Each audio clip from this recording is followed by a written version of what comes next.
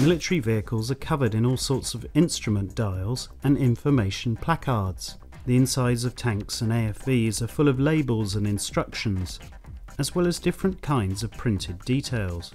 Many are designed to make the operation of these vehicles simple and easy for the crews. Accurately recreating these subtle details in miniature by brush alone can be virtually impossible.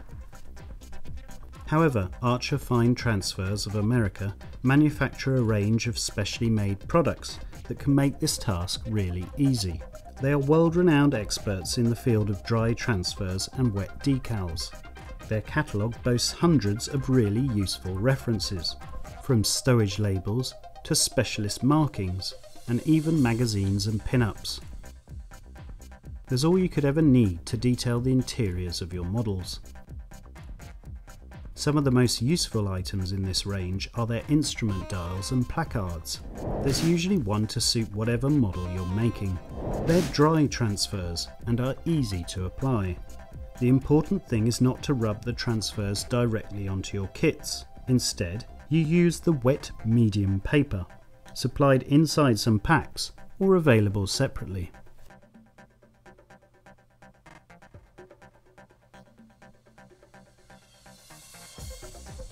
First, cut the item you want to use.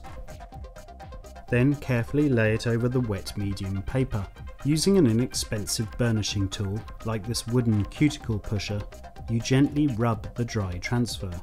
You start to see it change colour around the edge as the frosty transparent sheet is burnished. You don't need to apply too much pressure, just work your way around the piece. You can then gently peel away the sheet. If anything fails to release, simply burnish again. Then take the backing paper and burnish on top one more time for good measure. The dry transfers are now solidly attached to the paper. It's coated with a release agent that will react with water. So from now on, you treat it as a decal.